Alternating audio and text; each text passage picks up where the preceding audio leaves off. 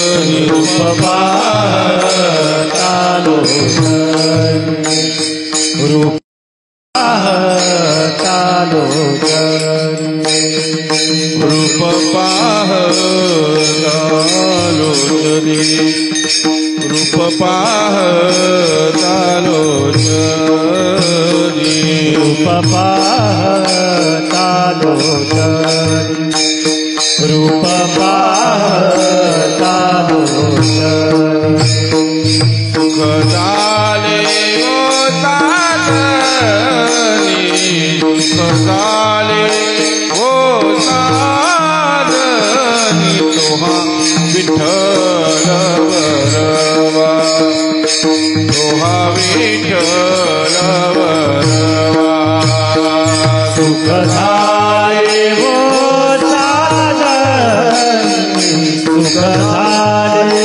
ओ साधनी तोहा विठ्ठल बरवा तोहा विठ्ठल बरवा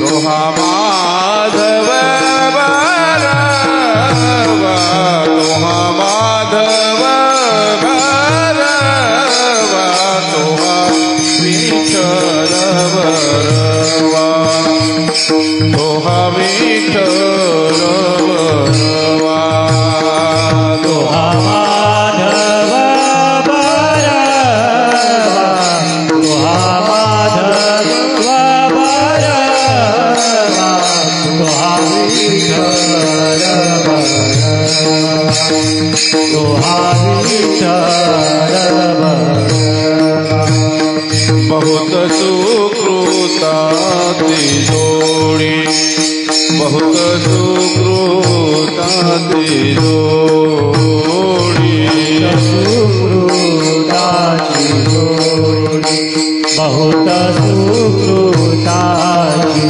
जोडी म्हणून विठ्ठली आवडी म्हणून विठ्ठली आवडी तोहा विठ्ठल बरवा तोहा विठ्ठल बरवा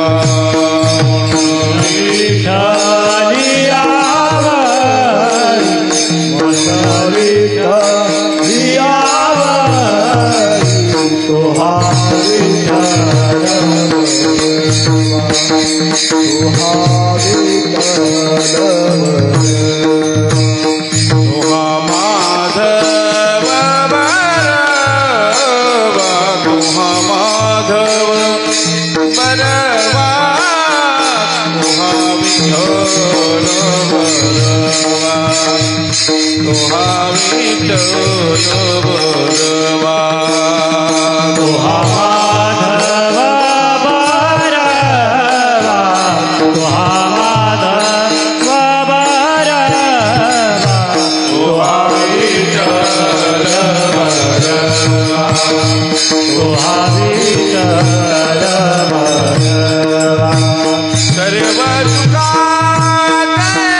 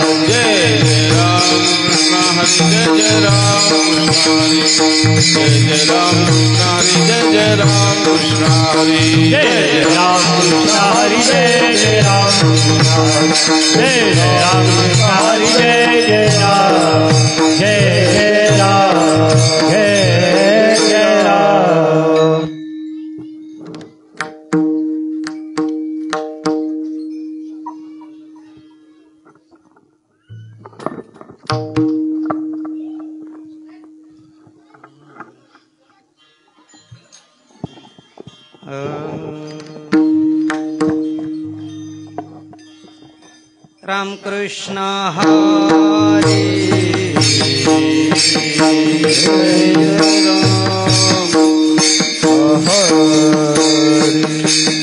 हरे जय जय राम कृष्ण हरे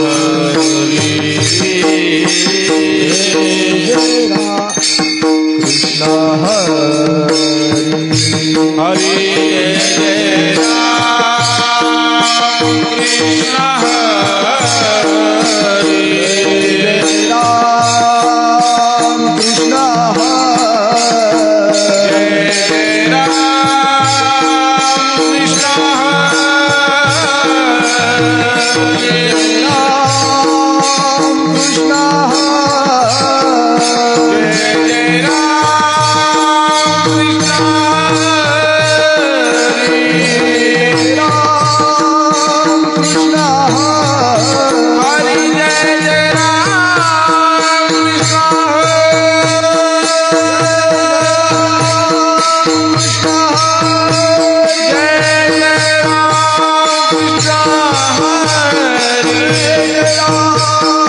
कृष्ण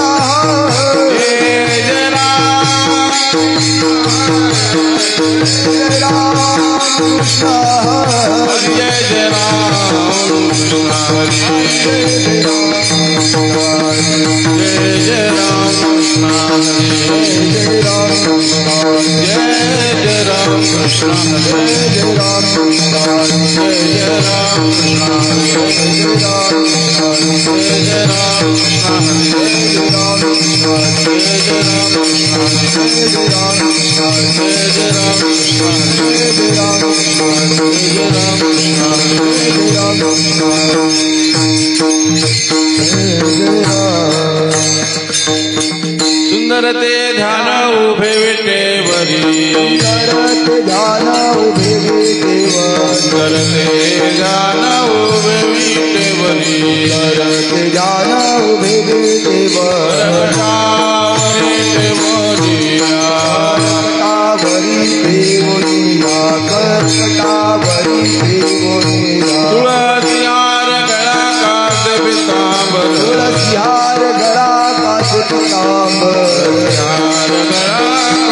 पितांबर हार गळा कास पितांबर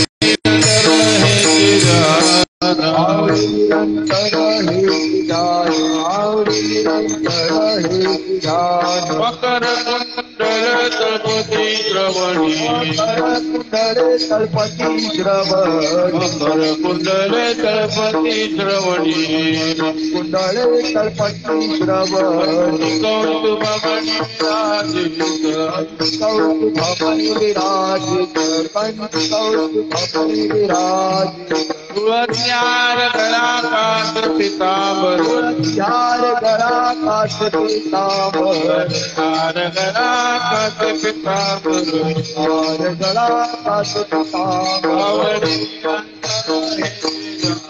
आवडी निरंतर हे ध्यान आवडी निरंतर हे ध्यान मामरे सर्वर माधवची सर्वन तुकारे माधवची सर्वर माधवची सर्वन पाणी नदी मुखावरी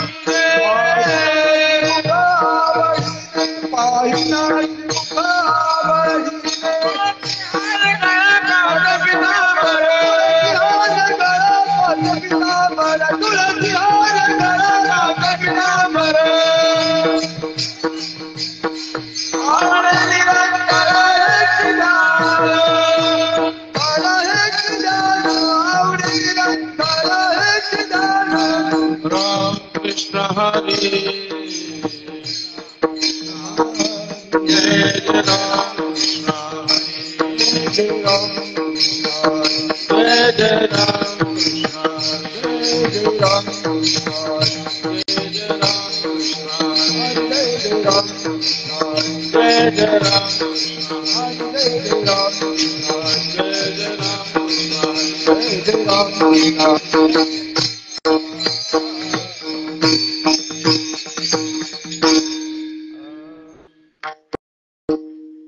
उभारिला हात उभारला हात उभारिला हात उभारला हात जगी जाणविली मात जगी जाणविली मात जगी जाणविली मात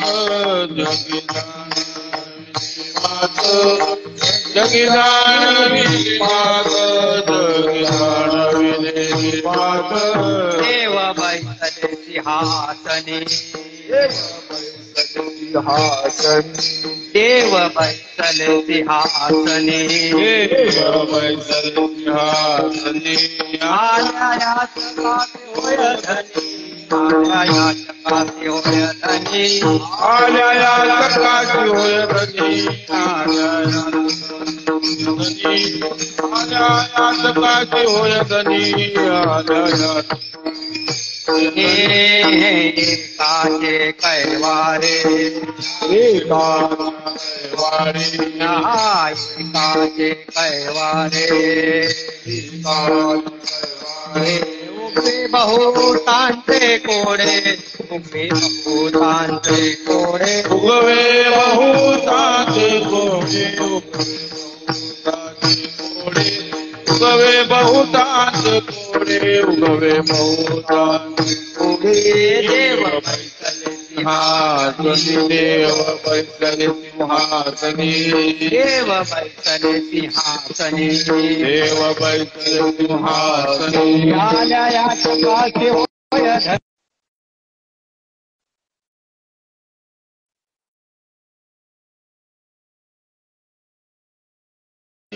आल्या सकाळची होय धनी आल्या सकाळची होय धनी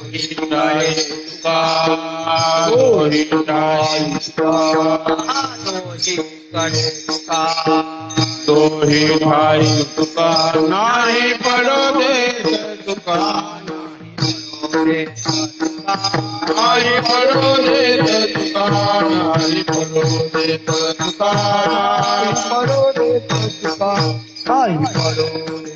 तुका देव बैसले सिंहासनी देव बैसले सिंहासनी देव बैसले सिंहासने देव आजयात काजी होय आजयात काजी होय आजयात कायदनी आजयात काजी होय विरोबार बार कुमारी विरोबार कुमारी बार कुमारी विरोबार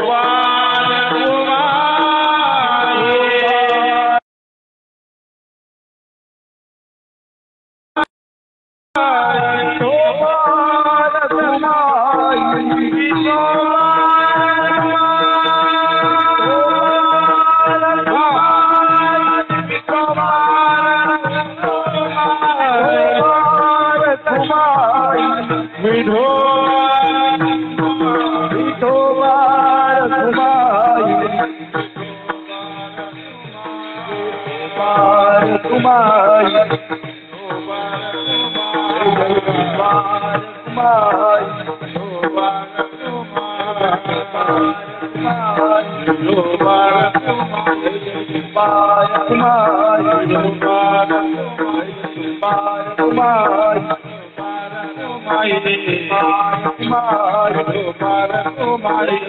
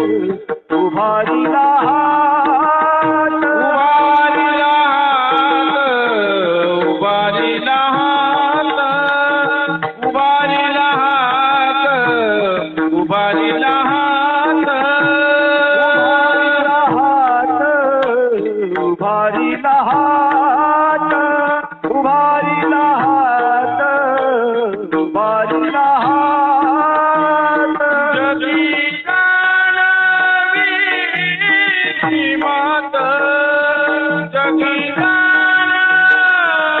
विधिमात देव बैठले सिंहासनी देव बैठले सिंहासनी जगीदान विधिमात जगीदान विधिमात देव बैठले सिंहासनी देव बैठले सिंहासनी आल्या या जगात होय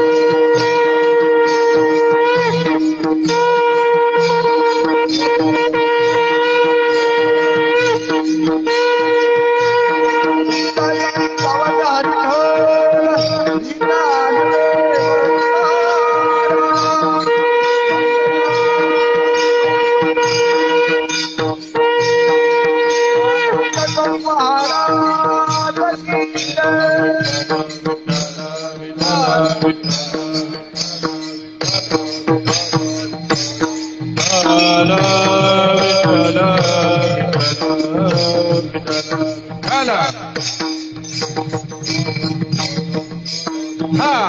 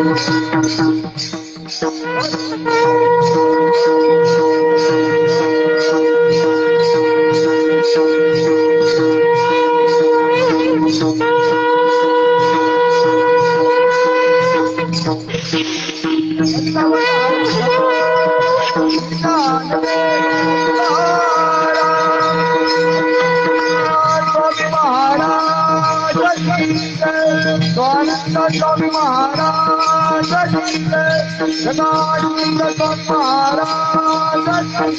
ज्ञानेश्वर महाराज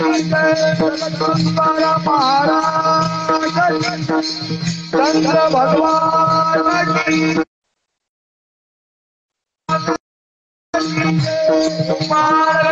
भगवान गणपति बाप्पा गजानन हनुमान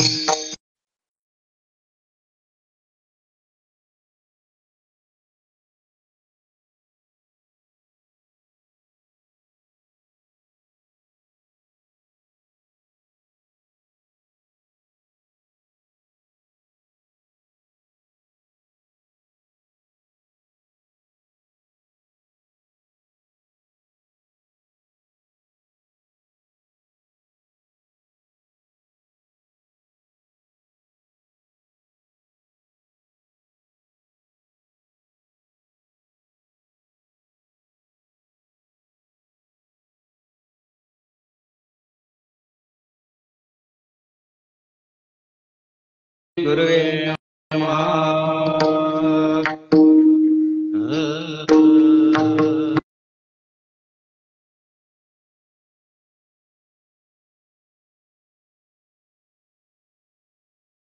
कीर्तन सेवेसाठी मी अभंग निवडलेला आहे। संत शिरोमणी वैराग्यमूर्ती तुकोबाराय। तुकोबारायांचा लहानातला लहान अभंग, छोटासा अभंग आहे। अर्थाची फोड करण्याचा प्रयत्न करू। तुकोबाराय अभंगामध्ये काय म्हणतात?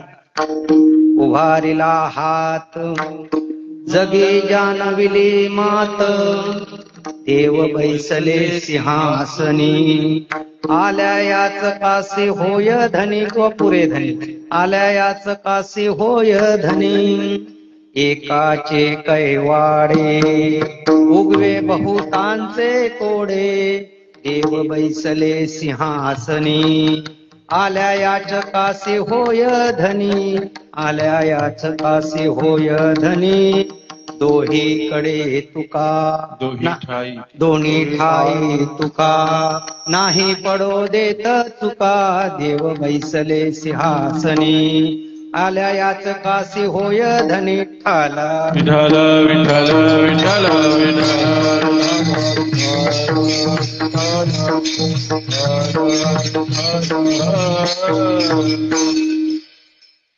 प्रस्तुत प्रसंगी घेतलेला अभंग तुकोबारायांचा आहे। आणि देव सिंहासनाधीश झाले तेव्हा शासन करते बनले, देव राज्य करते झाले, देव राज्यावर बसले, त्या प्रसंगीचा हा अभंग आहे। मूर्ती प्राण प्रतिष्ठेला हा अभंग घेतला जातो। अनेक अभंग आहेत त्याच्यावरती। किंवा झाले राम राज्य काय उणे आमासे, असंख्य अभंग या प्राण प्रतिष्ठेच्या प्रसंगी घेतले जातात। मी हा लहानसा अभंग तुकोबारायांचा निवडला। आज प्रभू रामचंद्राची या पृथ्वी तलावरती असणाऱ्या अयोध्येमध्ये प्राण प्रतिष्ठापना होत आहे आणि तो हा प्रसंग आहे। हा जीवनातला प्रसंग तुकोबारायांच्या सांगण्यातून, वाणीतून या ठिकाणी सांगण्याचा प्रयत्न करू। माझ्या बुद्धीला जसं सुचेल त्याप्रमाणे मी विवेचन प्रस्तावना करण्याचा प्रयत्न करीन. अभंग सोडवण्याच्या पूर्वी मी प्रस्तावनेत एवढंच सांगेन की आपण सुद्धा आपल्या मंदिराचा वर्धापन दिवस बनवतो. आपण त्याला गादी स्थापन म्हणतो. म्हणजे देव गादीवर बसले, ह्या मूर्ती गादीवर बसल्या, तो दिवस आपण स्थापन करतो. माघ महिन्यामध्ये तो येतं. गणेश जयंती झाली की तिसऱ्या दिवशी, चतुर्थी, पंचमी आणि षष्ठी पंचमीच्या दरम्यान आपल्या मूर्तींची प्रतिष्ठापना झाली माघ महिन्यात, म्हणून त्या दिवशी आपण गादी स्थापनाचा दिवस साजरा करतो. त्यानंतर प्रभू रामचंद्राचा जन्म झाला तो चैत्र महिन्यामध्ये नवमीला, शुद्ध नवमीला, म्हणून रामनवमी साजरी करतो. श्रीकृष्ण परमात्म्याचा जन्म झाला तो गोकुळाष्टमीला, श्रावण बुद्धाष्टमी या दिवशी रात्री जन्म झाला तो कृष्ण जन्म काळ साजरा करतो. मग आजचा दिवस विशेषत्वाने का साजरा केला जातोय? तर प्रभू रामचंद्राची जी अयोध्या आहे, पुराणातून आपण ऐकलेलं आहे, ग्रंथातून ऐकलेलं आहे, वेदशास्त्रांनी सांगितलेलं आहे की प्रभू रामचंद्र या पृथ्वीवर ते अवतीर्ण झाले दशरथाच्या पोटी. त्या नगरीचं नाव अयोध्या, आणि ती अयोध्या नगरी आपण भाग्यवंत आहोत की आपल्या भारत देशामध्ये आहे. आणि त्या अयोध्येमध्ये प्रभू रामचंद्र नव्हते का? तर होते. परंतु प्रभू रामचंद्र अयोध्येत असताना लहानाचे मोठे झाले. प्रसंगी असा प्रसंग आला की त्यांना वनवासात जावं लागलं, आणि वनवासानंतर 14 वर्षाचा वनवास भोगल्यानंतर पुन्हा राज्यावरती बसले. तशाच काही घटना घडल्या आपल्या देशामध्ये की असणारे मंदिर तोडलं गेलं, मंदिर फोडलं गेलं आक्रमकाने, आणि त्यामुळं बहुतेक कालावधी त्याच्यासाठी गेला. 500 वर्षाचा काळ गेला. 500 वर्ष राम हा अयोध्येपासून वंचित होता, आणि त्याला आता बसवण्याचा राज्यकर्त्यांनी प्रयत्न केला. त्याला यश आलं, न्यायदेवतेने यश दिलं, आणि त्या राम मूर्तीची, प्रभू रामचंद्राची प्राण प्रतिष्ठा आज दुपारी 12:20 मुहूर्तावरती अयोध्येत होणार आहे. म्हणून आपलं कीर्तन सुद्धा 12:20 आलेल. त्यानंतर असा प्रसंग असेल या ठिकाणी की लोकांच्या मनात शंका आली असेल, मग आज पाळणा होईल का? पाळणा होणार नाही, कारण जन्मकाळ नाही आहे. आज आनंदोत्सव, रामराज्याचा आनंदोत्सव साजरा करायचा म्हणून मूर्ती मांडलेली आहे. मग मूर्ती इथं का मांडली समोर? तर तुमचं लोक इथं उत्सवात सामील होतील, त्यांचं अहोभाग्य आहे, परम भाग्य आहे ते. कारण त्यांना आज 2 गोष्टी संधी मिळणार आहे. एक, प्रभू रामचंद्राच्या मूर्तीला स्पर्श करून आलेल्या अक्षता, तांदूळ अयोध्येतून आपल्या गावात आलेले आहेत, आणि ते तांदूळ ह्या फुलांच्या अक्षतेमध्ये तुम्हाला दिले जातील. ज्यावेळेस हा कीर्तन पूर्ण होईल आणि तुम्हाला सांगितलं जाईल की आता हे अक्षता आणि फुलं वाहा देवाला, तेव्हा देवाच्या मूर्तीच्या समोर त्या वाहायच्या आहेत. असं फेकायचं नाही. समोर जरी पडल्या तुमच्या तरी चालेल, अशा टाकायच्या तोंदळीने, अशा उडवायच्या नाही, मारायच्या नाही. लग्नामध्ये आपण मारतो अक्षता फेकून, त्याला सावध करतो नवऱ्याला. देवावरती फक्त अक्षता वाहायच्या आहेत, फुलं टाकायचे आहेत, त्याच्याबरोबर तांदूळ असतील. म्हणजे एक गोष्ट झाली, तुम्हाला अयोध्येतून आलेल्या तांदळाला आज स्पर्श करता येईल. प्रत्यक्ष जीवनामध्ये कधी अयोध्या पाहतो की नाही पाहतो? पाहिला तरी काही ठराविक लोकांचा योग येईल अयोध्येला जाण्याचा, पण आज तुम्हाला अयोध्या पाहायला मिळणार आहे. प्रत्यक्ष अयोध्या पाहायला मिळणार, प्रत्यक्ष देव पाहायला मिळणार, प्रत्यक्ष अयोध्येतलं राम मंदिर तुम्हाला आज पाहायला मिळणार आहे. त्यामुळे कसं काय? तर तुम्ही घरी गेल्यानंतर टीव्हीच्या बातम्या बघा, कारण झालेला हा सगळा लाईव्ह सोहळा टीव्हीवर चालू राहणार आहे, आणि तो दिवसभरात तुम्हाला दाखवला जाणार आहे सारखा सारखा. म्हणजे प्रत्यक्ष अयोध्येला नाही गेला तर इथना तुम्ही राम मंदिर पाहू शकता, इथना तुम्ही राम प्रभूची मूर्ती पाहू शकता. प्रस्तावनेमध्ये एकच सांगेन की रामाचं रामराज्य आल्यानंतर, रामाने सर्वांना सुखी केल्यानंतर या पृथ्वीवरती आनंद प्राप्त झाला. हाच आनंद आपल्या जीवनामध्ये यावा म्हणून प्रभू रामचंद्राच्या प्राणप्रतिष्ठेचा सोहळा आपण आपल्या समाजाच्या वतीने या ठिकाणी साजरा करत आहोत. ह्या सोहळ्यामध्ये लहान, आबाळ, वृद्धांनी सर्वांनी सामील व्हायचं आहे. कीर्तनाला आल्यानंतर एवढंच उरकलं नाही तर दुपारी आपली पालखीची मिरवणूक, प्रभू रामचंद्राच्या मूर्तीची मिरवणूक निघणार आहे. ज्याने त्याने आपापल्या परीने, सरकारने मोठा यासाठी प्रायोजन केलेलं आहे. सरकारने आपल्याला सांगितलं होतं, हे सांगायलाच नको हिंदूंना, खरं म्हणजे प्रत्येकाला कळायला पाहिजे. आज जर प्रतिष्ठापना मूर्तीची होत असेल तर आपल्या घरावर आपण दिवे लावले पाहिजे, लाईट लावली पाहिजे, सकाळी लोकांनी दिवे लावले पाहिजे, आणि आज संध्याकाळी सुद्धा दिवाळी साजरी करा. आज 2 सण या ठिकाणी साजरे होणार आहेत. एक दिवाळी आणि दसरा, हे दोन्ही सण आजच्या दिवशी साजरे होणार आहेत. कारण दसऱ्याला भगवंत राज्यावरती बसला आणि दिवाळीमध्ये आनंदोत्सव करायला पाहिजे, म्हणून दिवाळी, दसरा, गुढ्या उभारा, गुढी पाडव्याचा सण सुद्धा आजच साजरा करायचा आहे. म्हणून ज्यांनी गुढी उभारली नसेल तर घरी गेल्यानंतर गुढी उभारा, पताका लावला आपल्या घरावरती, लाईट लावण्याचा प्रयत्न करा. दिवाळीत असेल तोरणं ती लावायला पाहिजे, दिवे लावले पाहिजे. आणि हा आनंदोत्सव आपण प्रत्येकाला अभिमान पाहिजे, स्वाभिमान पाहिजे, धर्माचा मोठा अभिमान असला पाहिजे. आणि आपण ज्या धर्मात जन्माला आलो त्या धर्माचं दैवत प्रभू रामचंद्र, त्यांचा उत्सव प्रत्येकाने आनंदाने साजरा केला पाहिजे. त्यासाठी प्रत्येकाने सामील व्हायला पाहिजे ह्या आनंदोत्सवामध्ये, अशी माझी आपल्या सगळ्यांना विनंती असेल. ठल विठ्ठल.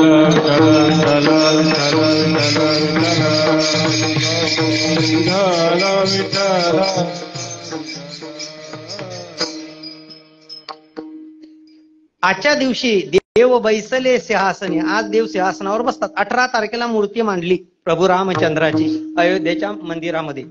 पण काही मंत्रोच्चाराने, विधिवत पूजेने त्याला एक दिवस पूर्ण चंदनाचा लेप होता.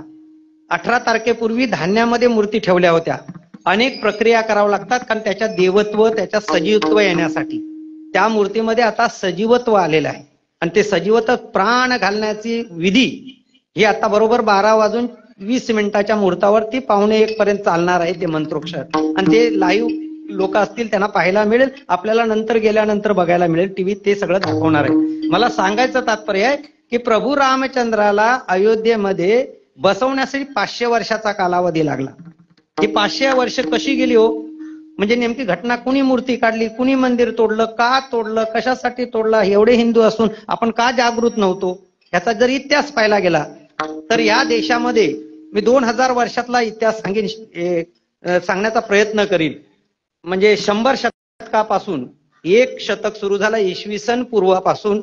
इसवी सन पूर्वचा काळ सोडला तर इसवी सनापासून इसवी सन 1 ते इसवी सन 100 या काळामध्ये हिंदू शासक या देशामध्ये होते. आर्य आले. या देशाला 7 नावं पडलीत. या देशाचं हिमवर्ष नाव आहे, या देशाचं हिंदुस्तान नाव आहे, या देशाला आर्यवर्त नाव आहे, या देशाला भारत नाव आहे, या देशाला पुन्हा हिंदू जन समुदाय असं सुद्धा नाव आहे.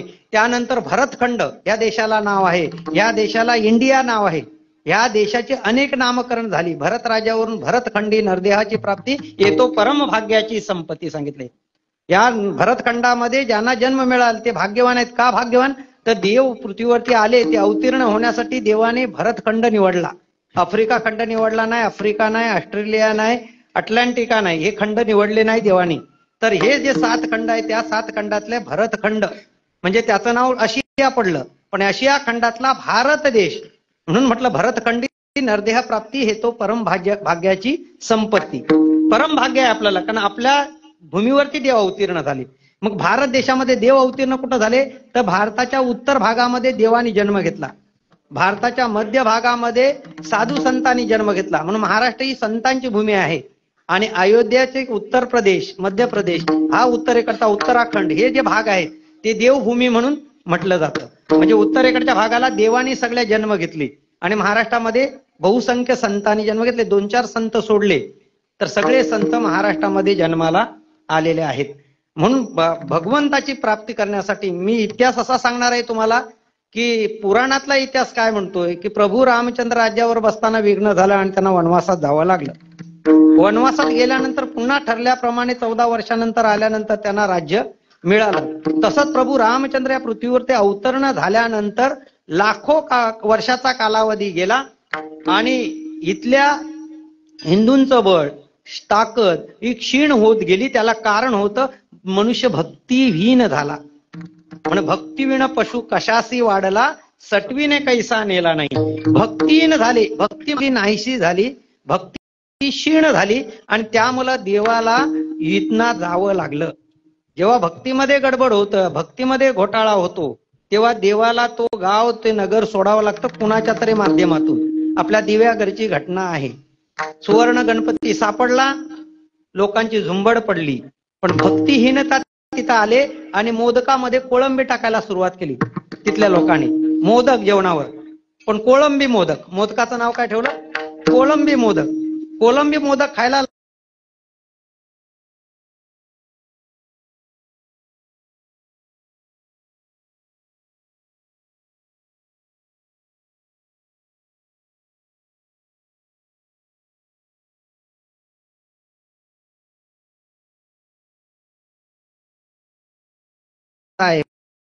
भक्तीमध्ये नम्रता आहे. म्हणून भक्ती ही माणसाकडे असली पाहिजे. भक्ती नसेल तो मनुष्य नाही, तो पशु आहे असं सांगितलंय. भक्ती विण पशु, नाथ महाराज म्हणतात. भक्ती नसेल तो पशु आहे असं म्हटलेलं नाथ महाराजांचं उदाहरण आहे. मग तशा प्रकारे भक्तीमध्ये क्षीणता आल्यामुळं आक्रमक आपल्या देशामध्ये आले. त्या आक्रमकापैकी मी पूर्वी सांगत होतो इतिहास, त्याच्यामध्ये आपल्या देशामध्ये विक्रमादित्य नावाचा राजा होऊन गेला, भृतुहरी नावाचा राजा होऊन गेला, चौल्य घराण्याचं राज्य आलं.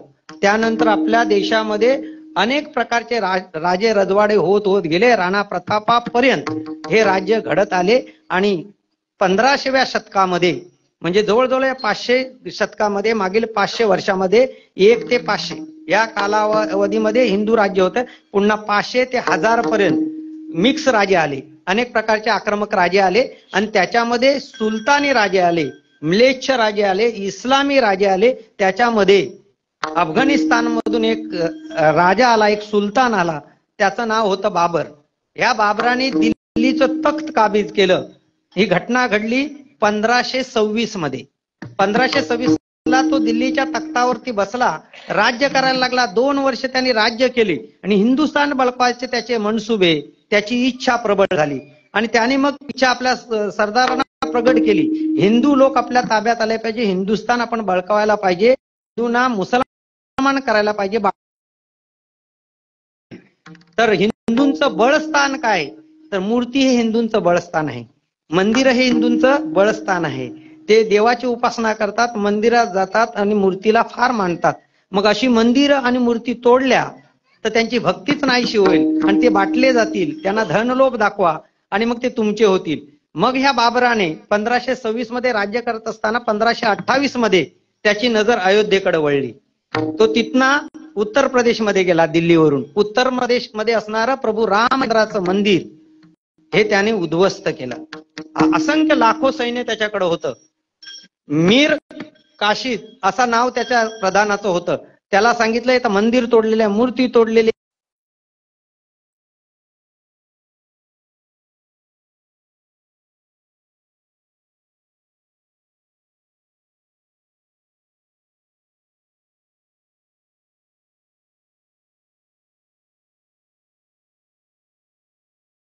गेले होते अयोध्येतून. काय उरले सुरले होते ते त्यांच्या दबावाखाली राहत होते मुसलमानांच्या, कारण सत्ता त्यांची होती, सत्ताधीश ते होते. आणि अशा अवस्थेमध्ये या मंदिराचं तोडणं झालं. ते 1528 साली मंदिर तोडलं. 1528 ते आता 2428, आता 2024 चाललंय, 2024 चाललंय, 2028 आहे. त्याला बरोबर 500 वर्ष होतील, 4 वर्ष बाकी आहेत. म्हणून 500 वर्ष म्हणतात ना मस्जिद तोडल्याला, ती 496 वर्ष झाली ते मंदिर तोडल्याला. मस्जिद बांधल्याला 496 वर्ष आजच्या घडीला होत आहेत. परंतु त्याच्या वेळेस आक्रमक जरी झाले तरी त्याच्यासाठी भगवंताला स्पेशल अवतार घ्यावा लागतं. यदा यदा हि धर्मस्य ग्लानिर्भवति भारत, याप्रमाणे सांगितलं गीतेच्या पहिल्या श्लोकामध्ये. ज्या ज्या वेळेस धर्माची हानी होते, धर्माला म्लानपणा येते, तेव्हा तेव्हा देव अवतार घेतो. आणि तसा भगवंताने अवतार घेतला सदाशिव शंकराने. तो 1500 शतकामध्ये हा बाबराचं अतिक्रमण झाल्यानंतर 1595 मध्ये जाधव घराण्यातील लखोजी जाधवांच्या पोटी जिजाऊ मातेचा जन्म झाला. शहाजी राजांबरोबर तिचं विवाह झालं आणि तिच्या पोटी वीररत्नांची खार छत्रपती शिवाजी महाराज हे सदाशिव शंकराचा अवतार म्हणून ते जन्माला आले शिवनेरी किल्ल्यावरती पुण्याजवळ. ते होतं साल 1630. 1630 मध्ये प्रभूने अवतार घेतला. सदाशिव शंकराने छत्रपती शिवाजी महाराजांच्या नावाने रूपाने अवतार घेतला.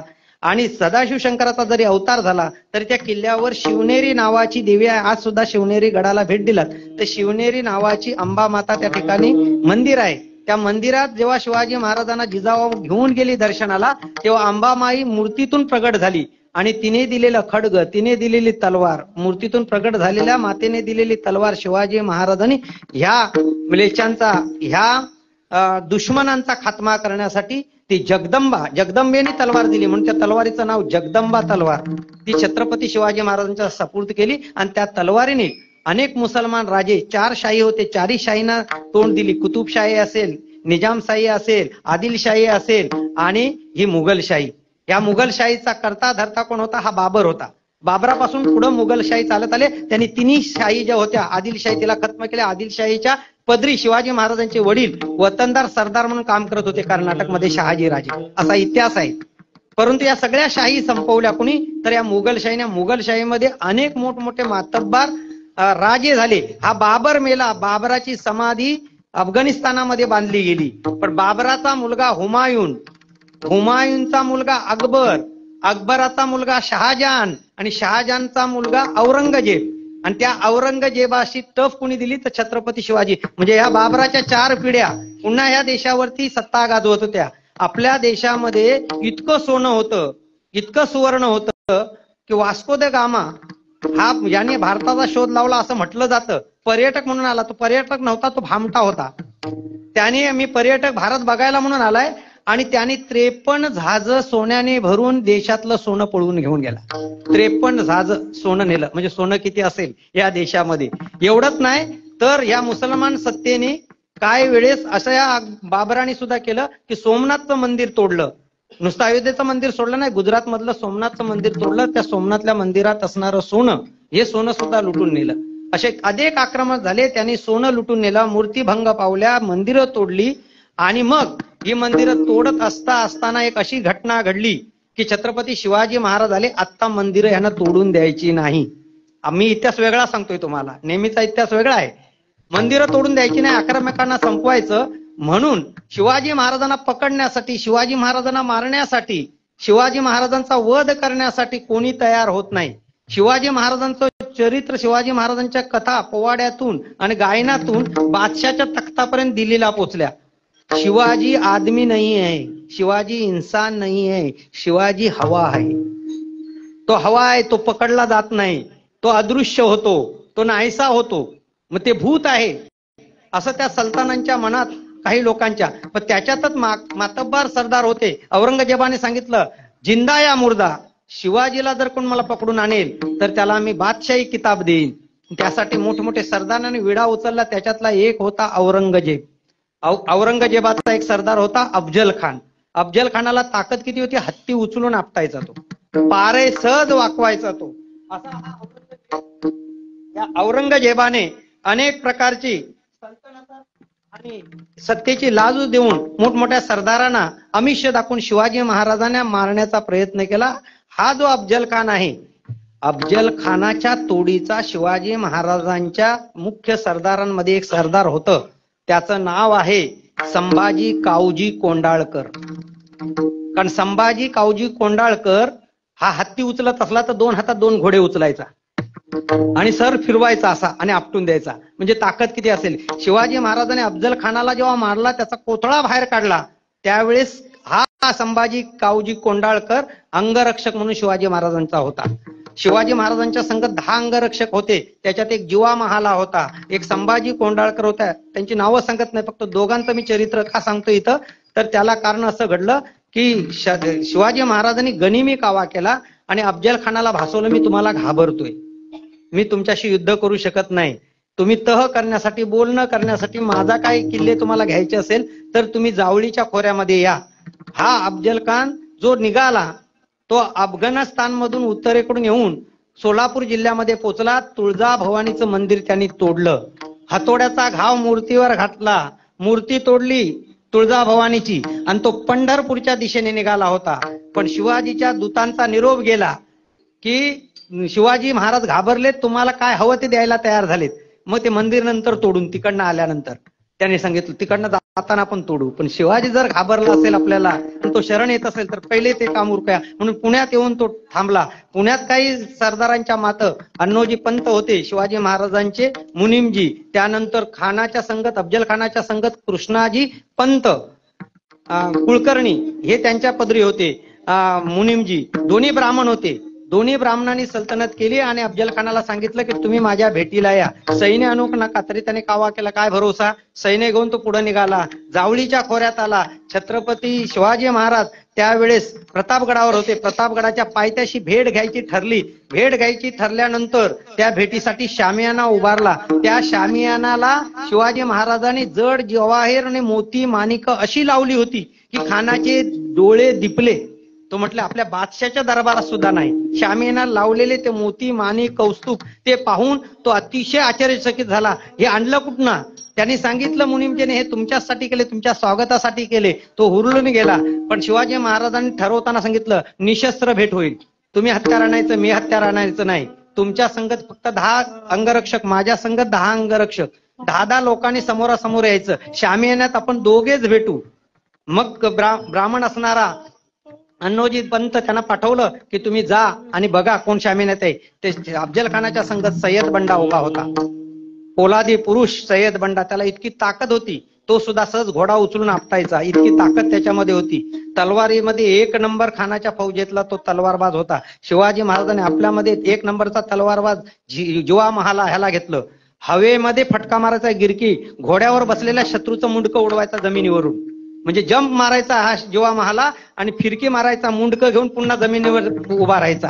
अशी इतकी ताकद होती. हवेत जाणपटका फिरवायची त्याच्यात ताकद होती. दिसायला सडपातळ होता. शिवाजी महाराजांनी त्याला अंगरक्षक निवडला माझ्या पाठीशी. त्याने सय्यद बंडा आणि शिवाजी महाराजांनी जिवा महाला. जेव्हा भेट जायची झाली, शामियानाच्या काही अंतरावर तुमचे 8 लोक ठेवा, माझे 8 लोक काही अंतरावर, दोघे आत. शिवाजी महाराजांनी पुन्हा आत टाकली. आतल्या पंतांकडे सांगितलं पंतांना की सय्यद बंडाची मला भीती वाटते, कारण सय्यद बंडाच्या कमराला तलवार आहे, खानाकडे काय नाही आहे. पण खानाने लपून कट्यार आणली होती. तू जर कावा करशील तर छत्रपती शिवाजी महाराजांनी सुद्धा कावा केला होता. शिवाजी महाराजांनी 4 अंगठ्या घातल्या होत्या सोन्याच्या, पण त्या अंगठ्या नव्हत्या. अंगठ्यावरून अंगठ्यासारखा दिसत होता आणि आत नख होती, वाघ नख होती. ती मुठीमध्ये बंद होती, मूठ बंद होती शिवाजी महाराजांची. या मुठीमधून अंगठ्या दिसत होत्या, पण मूठ उघडली तर त्याच्यामध्ये अशी वाघ नख होती. शिवाजी महाराजांनी प्रत्येक अंगठीला वाघनख, म्हणजे वाघनख आता आणलेली आहेत सुधीर मुनगंटीवारांनी, ती ठेवलीत लोकांच्या पाहण्यासाठी महाराष्ट्र सरकारने.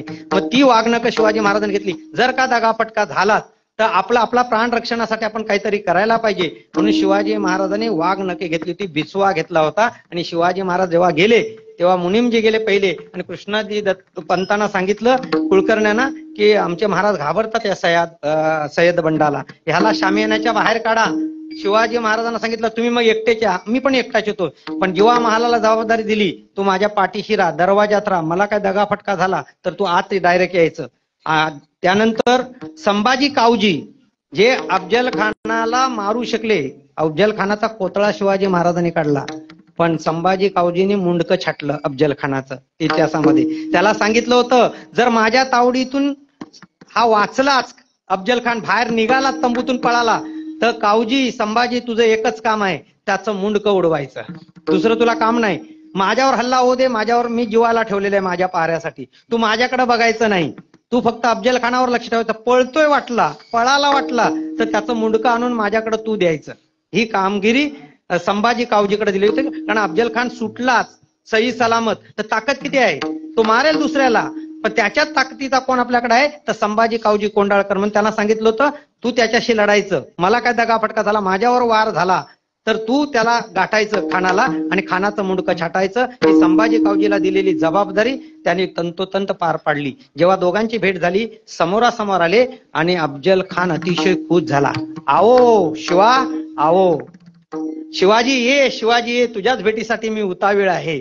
आणि मग शिवाजी महाराज गेले. शिवाजी महाराजांनी मिठी मारली आणि खानाने दगा केला. खानाने मान शिवाजी महाराजांची दाबली आणि आपल्या डाव्या काखेत ठेवली आणि दाबण्याचा प्रयत्न केला, पण शिवाजी महाराजांनी अंगामध्ये चिलकत घातलं होतं, डोक्यामध्ये जिरे टोप घातला होता लोखंडाचा आणि वरती फेटा लावला होता, आतला लोखंडाचा टोप दिसत नव्हता आणि ते डोकं आपल्या काखेत ठेवलं, दाबण्याचा प्रयत्न केला. खानाची ताकद हाता होती, पण दाबून तो जिरे टोप बेंड झाला नाही. शिवाजी महाराजांना कळलं, मान काढण्याचा प्रयत्न केला, पण जिरे टोप अडकलेला आहे याच्या आणि तो दाबतोय. एवढ्यामध्ये शिवाजी महाराज निघण्याची धडपड करतात. शिवाजी महाराज त्याच्या छाती एवढे आणि खान एवढा मोठा धिप्पाड. अखेर शेवटी शिवाजी महाराजांची मान सुटत नाही. या खानाने काय केलं तर आपल्या कमरेत असलेली कट्यार, छोटा खंजीर होता, तो काढला आणि शिवाजी महाराजांची पाठ समोर आहे, पाठीवरती मारला. अंगात चिलकत असल्यामुळे शिवाजी महाराज वाचले. चरखन आवाज आला आणि शिवाजी महाराजांना कळलं की दगा झालाय. शिवाजी महाराजांनी मात्र आता आपले बोट उघडले, हात उघडला, पंजा उघडला आणि खानाच्या पोटात मारला. कपडे फाडून आत वाघनकं गेली आणि पोट दिशी फाडलं. पोट फाटल्यानंतर रक्ताच्या चिळकांड्या उडाल्या. कोतळा आणि आतडी बाहेर आली खानाची. या अल्ला खान ओरडला. खानाची मिठी सुटली. शिवाजी महाराज सुटले आणि आपलं डोकं सावरतात. हातामध्ये वाघनके होती. पण शिवाजी महाराजांवरती पहिला वार केला तो ब्राह्मणाने. कारण त्याचा अंगरक्षकामध्ये त्याचा मुनीम जो होता, जो कृष्णाजी पंत भास्कर, त्यांनी वार शिवाजी महाराजांच्या मानेवरती केला. पण दुसराही वार शिवाजी महाराजांच्या चिलखतीवर पडला, त्या ब्राह्मणाचा, त्या कुळकर्ण्याचा, आणि शिवाजी महाराजांच्या कपाळावरती खोक पडली, टोक लागली तलवारीची. इतना रक्त व्हायला लागलं. हे जीवा महालाने पाहिलं. इतक्यामध्ये सय्यद बंडा आलेला आहे. सय्यद बंडा दुसरा वार करणार आहे शिवाजी महाराजांवरती. इतक्यामध्ये जीवा महाला आला दरवाजातून, हवेत गिरकी मारली आणि सय्यद बंडाचा हात तलवारी सहित उडवला. तलवार पण हात उडवून टाकला त्याच्या. आणि मग त्या कुळकर्ण्याला धरून आणला शिवाजी महाराजांच्या समोर. शिवाजी महाराज या बाजूने निघाले आणि त्या बाजूने कोतळा सावरत हातात आतडी घेऊन खान पळाला. ओरडत चालला खान. आता ह्या बाजूला असलेला संभाजी कोंडाळकर त्यांनी पाहिला कावजीनी की आपल्याला कामगिरी दिले, खान जर सुखरूप जाता कामा नाही, मग खान कुठं पळते म्हणून तंबूच्या ह्या बाजूनी संभाजी कोंडाळकर गेले, कावजी गेले. आणि तेवढ्यामध्ये त्याला मेण्यामध्ये टाकलेल्या पालखीच्या भोयांनी पालखी उचलली आणि खानाची पालखी पळवू लागली. त्या वेळेत वेगात जाऊन या संभाजी कोंडाळकरनी एका तलवारीच्या घायाने 4 भोयांचे पाय तोडले. 4 भोयांचे पाय एका वारामध्ये तोडले आणि पालखी जमिनीवर आदळली. पालखीमध्ये जाऊन बसला कोण? संभाजी कावजी कोंडाळकर. केस धरले आणि मुंडकं कापलं. माझ्या राजानं मुंडकं पाहिजे तुझं, तू कुठं चाललास? मुंडकं घेऊन छत्रपती शिवाजी महाराजांच्या समोर आला आणि छत्रपती महाराजांना सांगितलं, मी तुमची कामगिरी केली, हा खानाचं मुंडकं चल घेऊन माता जिवाजीकडे चल. जिजाऊ मातेकडे नेऊन ते मुंडकं दिलं. त्याला आदराने आदित्य तिथीने कबर मारली शिवाजी महाराजांनी. शत्रूची सुद्धा कबर बांधणारा राजा म्हणजे छत्रपती शिवाजी. खानाचा मुर्दा तिथं आणला देह आणि त्या गडावरती, प्रतापगडावरती खानाला समाधी दिली. त्या आतून सुद्धा ती खानाची समाधी त्या ठिकाणी आहे. मला सांगायचंय, स्वामी काजी गुरुभक्ती हीच विष्णूची महापूजा. असे शूर सरदार ह्या देशामध्ये निर्माण झाले. शिवाजी महाराजांचा इतिहास घेण्याचं एवढंच कारण होतं की शिवाजी महाराजांनी मंदिरं वाचवली. शिवाजी महाराजांनी सांगितलं, आता काही नाही, तुटलं ते शेवटचं मंदिर, अफजल खानाने तोडलं ते शेवटचं तुळजाभवानीचं मंदिर. आता कोणाची हिंमत असेल महाराष्ट्रात वाकड्या नजरेने पाहायची, मंदिरं तोडण्याची, तर त्याची मुंडकी मारली जातील. आणि छत्रपती शिवाजी महाराजांनी स्वराज्याची स्थापना केली आणि देशाचं रक्षण व्हायला लागलं. आणि त्याच वेळेस हिंदू जागृत व्हायला लागले, एकत्र व्हायला लागले. अयोध्येत काही लोक जाऊन राहायला लागली. अयोध्येमध्ये पुन्हा पळालेले लोक अयोध्येत गेले. पण त्या ठिकाणी कालांतराने खूप प्रयत्न केला. परकीय आक्रमण असताना सुद्धा आपल्या मूर्ती नेऊन त्या मूर्तीच्या मशिदीजवळ ठेवण्याचा प्रयत्न केला. त्या ठिकाणी आपली लोक आरती करायला जाऊ लागले. आणि असं करताना स्वातंत्र्याची पहाट उजाडली. 1947 देश स्वतंत्र झाला. 1885 ला इंग्रज सरकारचं कोर्ट चालू होतं. त्या कोर्टामध्ये रामभद्राचार्यजी आणि एक तिथली संस्था अयोध्येतली आहे, त्याने पहिला खटला 1885 मध्ये, आमचं इथं राम मंदिर होतं, राम मंदिर आम्हाला मिळालं पाहिजे, राम मंदिराची जागा आम्हाला मिळायला पाहिजे. इंग्रजांच्या दरबारात भारत देशामध्ये असणाऱ्या न्यायालयामध्ये पहिला खटला 1885 मध्ये सुरू झाला. 1885 ला दाखल केलेला खटला 1947 ला देश स्वातंत्र्य झाला. सगळे खटले रद्द केले. पण तिथल्या असणाऱ्या लोकांनी सांगितलं, आमचा खटला पुन्हा घ्या. स्वतंत्र भारताच्या पहिल्या न्यायालयात पहिला खटला असेल तर वाद मंदिराचा आणि मशिदीचा, तो गेला खटला. 1949 मध्ये नेहरू असताना पंतप्रधान 47 ला झालं. त्यावेळेस आपल्या लोकांनी नेऊन मूर्ती त्या मंदिराजवळ मांडल्या. त्यानंतर काही कालावधीने त्या मूर्ती घुमटाच्या खाली मांडल्या. मुसलमान तिथं नमाज पडायचं सोडून गेले. तिथं मुसलमानांनी हक्क सोडायला सुरुवात केला. अयोध्येतल्या लोकांचं काही नव्हतं, पण राज्यकर्त्यांच्या मुलं हे मंदिर रखडलं. आणि ते मंदिर रखडले ते कुठपर्यंत रखडलं?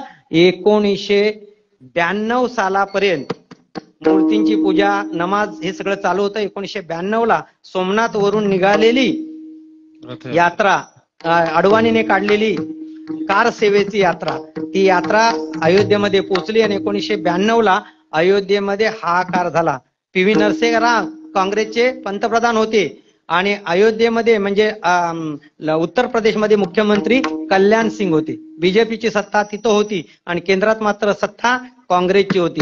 मग त्या ठिकाणी वाद कार सेवेमधून अनेक भानगडी सुरू झाल्या आणि लोकांनी हल्ले करायला सुरुवात केली. मला सांगायला अभिमान वाटतोय की आपल्या गावातील सुद्धा 2 कारसेवक अयोध्येला कार सेवेला गेले होते. त्याच्यातले एक हयात आहेत आणि एक स्वर्गवासी झालेले आहेत. एक होते आपले महादेव दादा भनगोजी, कार सेवक म्हणून अयोध्येला गेलेले, आणि दुसरे होते देवीदास कावळेचे वडील चंद्रकांत माया कावळे. ही दोन माणसं आपल्या देगीतून अयोध्येला कार सेवेसाठी गेली होती. कार सेवेसाठी गेलेल्या लोकांचे अनेक लोक शहीद झाले, पण त्यांचं बलिदान आज सार्थकी ठरले. इतक्या वर्षांनी होय का होईना, पण आपला हिंदुत्वाचा, प्रभू रामचंद्राच्या सत्तेचा हा विजय झाला. बोला प्रभू रामचंद्र भगवान की, प्रभु रामचंद्र भगवान की जय श्रीराम, जय श्रीराम, जय श्रीराम. जय श्रीराम.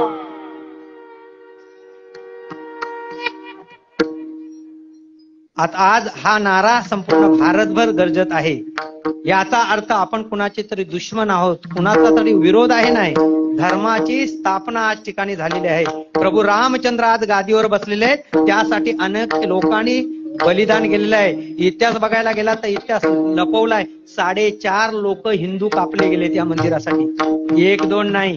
कोठारी बंधूंचं बलिदान जागृत आहे. कार सेवेमध्ये पहिल्या घुमटावर हातोडा चढवणारे कलकत्त्याचे कोठारी बंधू, 2च एका बहिणीला भाऊ आहेत, कार सेवेसाठी गेले होते आणि त्या मंदिरावर पहिला ध्वज लावण्याचा प्रयत्न केला आणि छोट्या भावाने हातोडा मारण्याचा प्रयत्न केला. तसेच पावडे टिकाव भेटल ती लोक गेली. मिलिटरी हतबल झाली, पोलीस हतबल झाले, बघत राहिले. अखेर शेवटी जेव्हा मुलायम सिंग मुख्यमंत्री असताना त्याचा आदेश आला की गोळीबार करा, त्या मुलायम सिंगने गोळीबार केला. त्या मुलायम सिंग हिंदू असून यादव घराण्यातला, त्याने कारसेवकांवरती गोळी घालण्याचा प्रयत्न केला, म्हणून त्याला नाव पडलं मुल्ला मुलायम सिंग.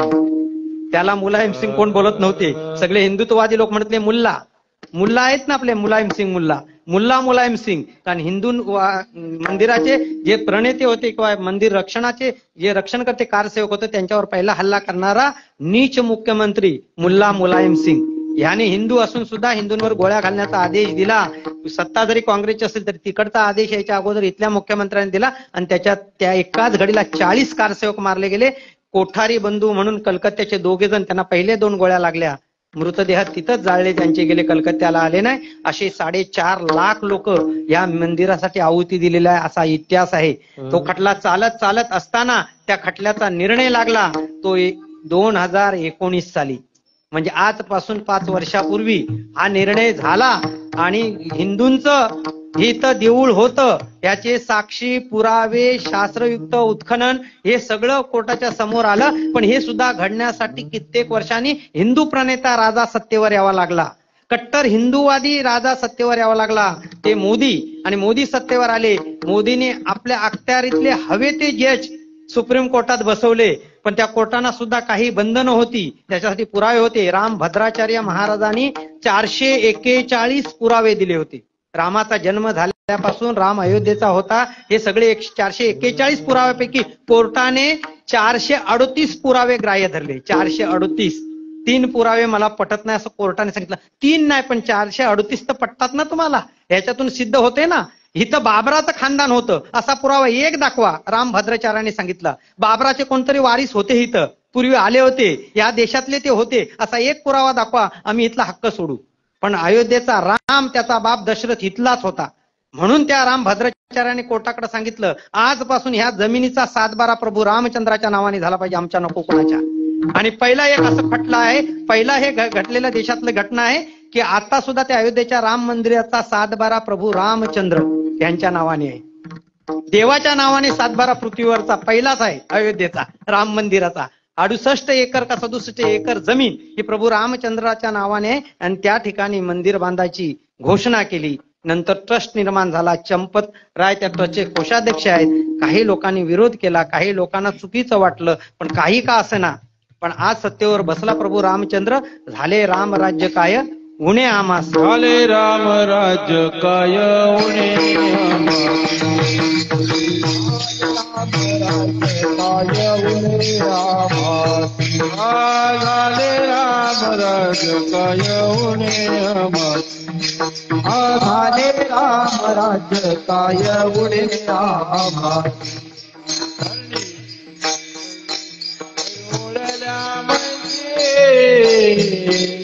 राम वेळोवेळा राम वेळोवेळा आम्ही गाऊये. धरली धरी पिक गाई बोलल्या मर्जी, राम वेळोवेळा आम्ही गाऊ गोविंदे. दलिता ताजे भी ताजे बाजे, दलिता सांगिता देविता गबाईचे. राम वेळोवेळा आम्ही गाऊये. राम वेळोवेळा आम्ही गाऊये. दलिता तानिता देवी तागे बाजे, राम वेळोवेळा आम्ही गाऊ गोविंदे. राम वेळोवेळा आम्ही गाऊ गोविंदे. झाले राम राज्य काय पुणे आमासी. इतर धर्मियांपेक्षा आपल्या हिंदू धर्मात जास्त बांडगुळ आहे. आपल्या धर्माची टीका, आपल्या देवांची निंदा करणारे कोणी इतर जातीचे, इतर समाजाचे भेटणार नाही, त्यांच्यात हिंमतच नाही. पण आपल्यामध्ये जशी कळमाच्या झाडावरती बांडगुळ येतात तशी हिंदू धर्मात खूप बांडगुळ आहे. त्यांचा अजून सुद्धा विश्वास नाही. आणि म्हणून म्हटलेलं आहे की माणसाचा स्वभाव असतो ना, त्या स्वभावाला इलाज नाही, त्यानंतर शंकेला इलाज नाही, आणि स्वभावाला औषध नाही, चारित्र्याला प्रमाणपत्र नाही, आणि मौनासारखं सर्वात उत्तम साधन नाही. म्हणून माणसाने एक केलं पाहिजे, एक लक्षात ठेवायचं. त्यासाठी स्वतःमध्ये विश्वास निर्माण करा. विश्वास तो करी स्वामीवरी सत्ता. प्रभू रामचंद्रासाठी आपण काय करू शकतो आणि आपण काय करायची गरज आहे? कारण तो विश्वाचा मालक, विश्वाचा जनिता आहे. करील तो काय नोहे महाराज, परीप आहे बीज शुद्ध अंगी. महाराजांनी कालपासून टाओ फोडून सांगितलेलं आहे, प्रत्येकाने आजचा दिवस एक नामासाठी समर्पित करा. एक दिवस प्रपंचातून काढा, वेळ देवासाठी द्या, त्याच्या नामघोषासाठी द्या, त्याच्या यज्ञ यागासाठी द्या, त्याच्या साधनेसाठी द्या, त्याच्या मिरवणुकीसाठी द्या. आजचा दिवस त्याच्यासाठी समर्पित करा. अरे संपूर्ण देह समर्पित करणारे देवाचे भक्त बनले आणि आपण आपला वेळ देऊ शकत नाही देवासाठी. प्रभू रामचंद्राला जेव्हा वनवास झाला, प्रभू रामचंद्राचा धावता इतिहास मी का सांगावा तुम्हाला? सगळ्यांना रामायण श्रुत आहे, सगळ्यांना रामकथा माहित आहे. आपण आपल्या होळीवरती 36व्या सप्त्यामध्ये रामकथा ठेवली होती. पाचपोर महाराज यांनी अतिशय सुंदर रामकथा सांगितली. ढोक महाराजांच्या रामकथा आज टीव्हीवरती प्रसिद्ध आहेत, युट्यूब वरती प्रसिद्ध आहेत. खूप रामायणकार झाले. रामायण का आपण ऐकलं नाही का? रामानंद सागर यांनी काही वर्षापूर्वी 1980-85च्या दरम्यान धमाल माचवली होती. सगळे लोक काम धंदा सोडून रविवारी पहिले टीव्हीवरती बसायचे. रामायण सिरियल इतकी गाजली की त्यानंतर पुन्हा त्यांना वाटली महाभारत करावी, पुन्हा महाभारत केली. या 2 सिरियलनी लोकांचं मन वेधलं होतं. या दोन्ही सिरियल प्रत्यक्ष प्रभू रामचंद्राला, आज अरुण गोविलला सुद्धा सन्मानाचं पत्र गेले. दीपिकेने सीतेचं काम केलं, त्यांना सुद्धा मोदींचं पत्र आहे. त्यांना बोलवलंय. 8,000 VIP पाहुणे आज अयोध्येमध्ये आहेत. परदेशातून पाहुणे आलेत अयोध्येमध्ये. आज काय सांगावं वर्णन. शरयू नदीवरती सकाळपासून कालपासून अशा रांगा लागलेल्या आहेत. मोदीने जाऊन शरयू नदीत आंघोळ केली, त्याच्यासाठी खास चौक बनवला त्या नदीमध्ये, त्याच्यामध्ये त्याने आंघोळ केली. 11 दिवसाचा उपवास झालाय पंतप्रधानांनी. असा एकच पंतप्रधान असेल या जगामध्ये उपवास करणारा. 11 दिवसाचा उपवास केलेला आहे. कारण का? ब्रह्मचारी व्रताचं आचरण करणारा तो माणूस आहे. लग्न झालं आणि 6व्या महिन्यात यशोदाबेन पत्नीला सोडली. पण काही लोकांनी म्हटलं पूजेचा मान कसा देता येईल, जोडा नाही. त्यासाठी त्यांनी प्रायचित घेतलं की शास्त्रात सांगितलं 11 दिवसाचा उपवास करायचा ज्याला पूजेला बसायचं असेल तर. मोदीने 11 दिवसाचा उपवास केला. काल 11 दिवसाचा उपवास पूर्ण झाला म्हणून आज पूजेचा मान त्यांना भेटणार आहे. असा पंतप्रधान पुन्हा जगात होणे नाही. जग ज्याची वाहवा करते तो कुठल्या पक्षाचा आहे त्याला आपल्याला देणं घेणं नाही. पण एक हिंदू राजा, हिंदू सम्राट आणि निस्वार्थी, अजिबात कुठल्याही प्रकारची इच्छा नसणारी, आसक्ती नसणारा माणूस, आज सुद्धा कुठल्याही प्रकारचं पेमेंट नाही. त्याची इस्टेट पाहिली, जा तुम्ही सर्च करा गुगल वरती, मोदीची इस्टेट, तर 4,000 स्क्वेअर फूटचा घर फक्त राहायला दिल्लीमध्ये आहे. त्यानंतर दुसरी इस्टेट नाही. लाखोनी रुपये त्याच्याकडे नाहीये. सगळं सरकार मला देते, मग का घ्यावा? लाल बहादूर शास्त्रीनंतर दुसरा पंतप्रधान आहे की सरकारचं मानधन न घेणारा. सरकारने बंगला दिलाय, सरकारने गाडी दिले, सरकारने डॉक्टर दिले, सरकारने सिक्युरिटी दिले. सरकारच सगळं माझा पोषण करते, तर मी पैसा ठेवू का आणि कुणासाठी ठेवू? एक भाऊ गरीब आहे, तो दुकान चालवतोय गावी आणि गुजरातमध्ये. आणि हा एक भाऊ आहे, आई मेली, आईला स्वतःच्या खांदा दिला. म्हणे नाही, प्रथा आहे पेंडे टाकले तिरडीवर, तिरडीला खांदा दिला. एक पंतप्रधान आपल्या आईच्या तिरडीला खांदा देतोय आणि आईची तिरडी घेऊन स्मशानात जातोय. एक भाऊ आगटा घेतलेला आहे. इतका पंतप्रधान नीतिमान आणि बिना भ्रष्टाचारी असा होणे नाही. मोदींचा गौरव करावा तेवढा कमी आहे, पण ईश्वराने त्या प्रभू रामचंद्राने त्याला सत्तेवर आणला. तर हा येईल तर मी गादीवर बसेल, नाही तर माझी वनवास काही संपणार नाही. वनवासात प्रभू रामचंद्र जाण्याच्या पूर्वी घडलेल्या घटना आहेत. मी सांगतोय, वनवासात जाण्याला कारण होतं ते सगळे देव कारणीभूत आहेत. त्या मंथरेला कैकेयीला दोष देण्यापेक्षा देवाने स्वर्गामध्ये मिटिंग घेतली की राम जन्माला आलेला आहे आणि दशरथ राजाने निर्णय घेतलाय राजावर बसवायचा. दशरथ राजाला सुदबुद्धी सुचली कधी, तर ज्या वेळेस आरशाच्या समोर केस विंचरत होता आणि एक केस कानाच्या वरचा पिकलेला दिसला आणि दशरथ राजाची बुद्धी बदलली. अरे आता मला बसण्याचा मी लायकीचा राहिलो नाही, माझा केस पिकायला सुरुवात झाली. पोरांच्या हातात कधी सत्ता देणार. या दशरथ राजाचं आयुष्य किती होतं? 99,000 वर्ष राजा दशरथ, त्याच्यातली 60,000 वर्ष संपली होती आणि 39,000 वर्ष शिल्लक होती. त्यावेळेस दशरथाने निर्णय घेतला प्रभू रामचंद्राला गादीवर बसवायचा आणि हा निर्णय कळला देवाना आणि देवाना चिंता पडली, वाट लागली आपली. आता आपण मेलो असेच, कारण प्रभू रामचंद्र गादीवर बसला तर गादीवर निघणार कधी आणि तिकडे लंकेत जाईल कसा आणि त्या रावणाला मारल कधी? त्या रावणाने आपल्याला जर्जर केलेला आहे. म्हणून इथं प्रभू रामचंद्र बसूच नये यासाठी त्यांच्या मिटिंगा सुरू झाल्या स्वर्गामध्ये देवांच्या, की बसूच नये रामाने. मग त्याच्यासाठी त्यांना युक्ती सापडली, ते साधन सापडलं. संध्याकाळची वेळ होती आणि ज्या मातेच्या आशीर्वादाने प्रभू रामचंद्र गादीवर बसली होती ती आवडती माता होती कैकेयी. त्या कैकेयीनेच दशरथ राजाला सांगितलं होतं की रामालाच गादीवर बसवायचं आणि दशरथाने शब्द दिला होता कैकेयी रामाशिवाय कोणाला बसवणार नाही. दशरथाच्या मनात होतं भरत शत्रुघ्न, कारण आवडत्या राणीचे पोरग होते ना. पण शास्त्र काय सांगते? वशिष्ठाने सांगितलं शास्त्र, मोठा मुलगा हा गादीचा अधिकारी होते. बाप मेल्यानंतर त्या बापाची वारसा चालवण्याचं काम मोठ्या पुत्राकडे येतं. म्हणून मोठ्या बंधूला वडील बंधू म्हटलं जातं, की वडील मानायचं असतं. समाजात सुद्धा हे लक्षात ठेवायचं, आपला मोठा भाऊ कसाही असू दे पण त्याला वडील मानायचं. वडील नसतील तर वडिलांच्या जागी त्याला मानायचं, त्याला विचारून निर्णय घ्यायचा आहे. रामराज्याचं शास्त्र आहे, नीती धर्माचं शास्त्र आहे, त्याप्रमाणे रामाला गादीवर बसवायचा निर्णय पक्का झाला. देशोदेशींच्या राजांना आमंत्रण पाठवले, पत्रिका स्वर्गामध्ये देवांना पत्रिका गेल्या. देव येऊन अयोध्येमध्ये तळ मांडून बसले. ज्या ज्या येणाऱ्या लोकांची व्यवस्था झाली, ज्या ज्या ठिकाणी शामियाने उभारले गेले, राहण्यासाठी सुवर्णाची घरं देवांना दिली गेली. अनेक राजे रजवाडे आले. उद्या राम गादीवर बसणार आहे, सगळी तयारी झालेली आहे. चौक माला रंगमाळा, आज आपण गुड्या उभारल्यात, पताका लावल्यात. रामराज्याची ही चिन्ह आहेत आणि म्हणून सांगितलं प्रत्येकाने गुढी उभारा, प्रत्येकाने दिवे लावा. त्याप्रमाणे अयोध्या सजली होती. संध्याकाळची वेळ होती आणि कैकेयी आपल्या दाशीला म्हणते, मंथरेला, अगं मंथरे, मी रामासाठी ड्रेस बनवलाय, हाताने शिवले, बघ कसा आहे, अतिशय सुंदर दिसेल. पण अजून माझी इच्छा आहे. कैकेयी म्हणते काय? की रामाला एक फुलांचा हार बनवावा, माझ्या हाताने बनवायचा आहे. मग मी आणतोय ना आपल्या बागेत, आपल्या तर बापाची बाग आहे, आपल्याला कोण बोलणार आहे? कुठली फुलं आणू मला सांगा. करंडी घेतली आणि मंथरा गेली फुलं आणायला. फुलांचा करंडा घेऊन गेली बागेमध्ये. बागेचे माली बाजूला झाले, राणीची दासी आहे. तिला हो म्हटलं तरी फाशी आहे. तिला बोलणार कोण? तोडेल तेवढी तोडू दे, ती सांगेल तेवढी झाडं घेऊ दे. ते उलटे माली म्हणतात आम्ही फळं देऊ का? बागेतली फळं पण भरपूर झालेले नाही, म्हणे मी फुलं न्यायला आलेले. फुलं तोडली तिने आणि तिची नजर गेली कलिंगडावर. कलिंगडाची वेळ होती, कलिंगडावर नजर गेली आणि ती म्हणते, ए मालिदा, तो कलिंगड दे रे. म्हणे घ्या ना, आपलंच आहे. मालकीनबाई मंथरेला म्हणते, घ्या की, किती देऊ? नाही म्हणे एक दे. पण ते लाल आहे का? ते गोड आहे का?